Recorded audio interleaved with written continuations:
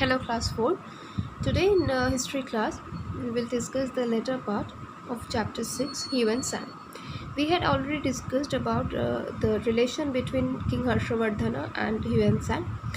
So after the ceremony was over, then everything was over. Yuan Sang was presented with a fur coat to wear on his journey back to China. Ceremony ख़त्म होने के बाद king Harshvardhan ने ह्यूएन सांग को एक fur coat present किया था ताकि वो जब चाइना वापस जाए तो वो पहन के वो चाइना वापस जा सके. Hiuen Tsang also visited Pulakeshi, the king of the Deccan. That country was even then known as Maharashtra. There were more than 100 monasteries and 5,000 monks. इसके बाद किंग हर्षवर्धन को छोड़ के भी ह्यूएन सांग Pulakeshi the king of Deccan उनके पास भी गए थे. और पुलकेशी जहाँ पे रूल करते थे वो उस टाइम पे वो जगह महाराष्ट्र के नाम पे जाना जाता था. वहाँ पे 100 से भी ज़्यादा मोनेस्ट्रीज था एंड 5,000 से भी ज़्यादा मॉन्क्स थे. However, a large part of the population did not follow Buddhism.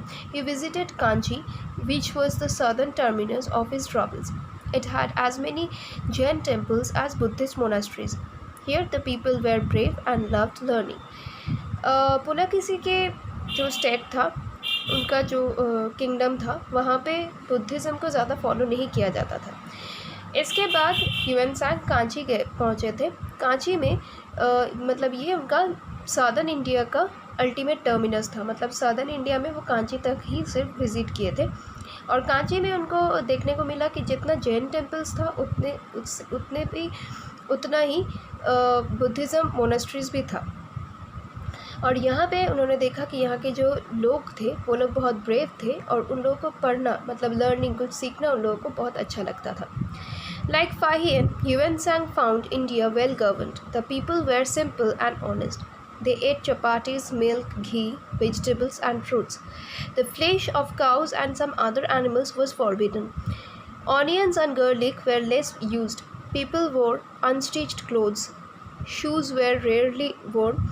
Most people walked barefoot.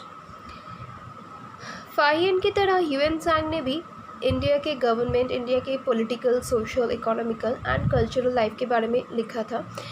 फाहियन की तरह ह्यूएन सांग को भी लगा था कि इंडिया का गवर्नमेंट बहुत अच्छा है, यहाँ के लोग बहुत सिंपल है एंड ऑनेस्ट है.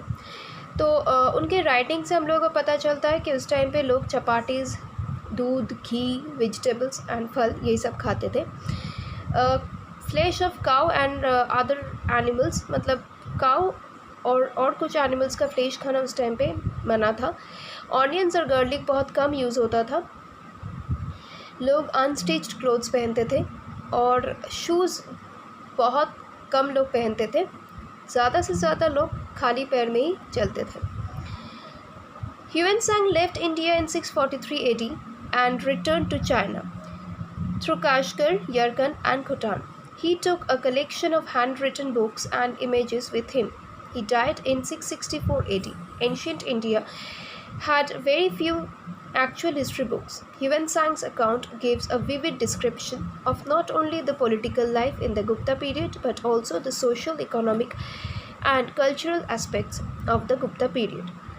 तो बोल रहा है कि ह्यूएन सांग 643 AD में इंडिया छोड़ के वो चाइना की तरफ रवाना हुए और वो चाइना पहुंचा काशगर, यरकंद और खोटान होके. उन्होंने कुछ हैंड रिटन बुक्स और कुछ इमेजेस उनके साथ लेके गए थे. 664 AD में ह्यूएन सांग का डेथ हो गया. इंडिया में एंशिएंट इंडिया के बारे में बहुत कम बुक ही मिलते हैं.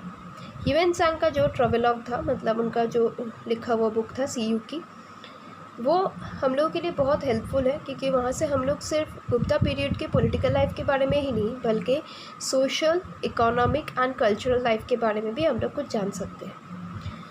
So class 4, please go through this chapter along with explanations and please prepare the in this date and incidents.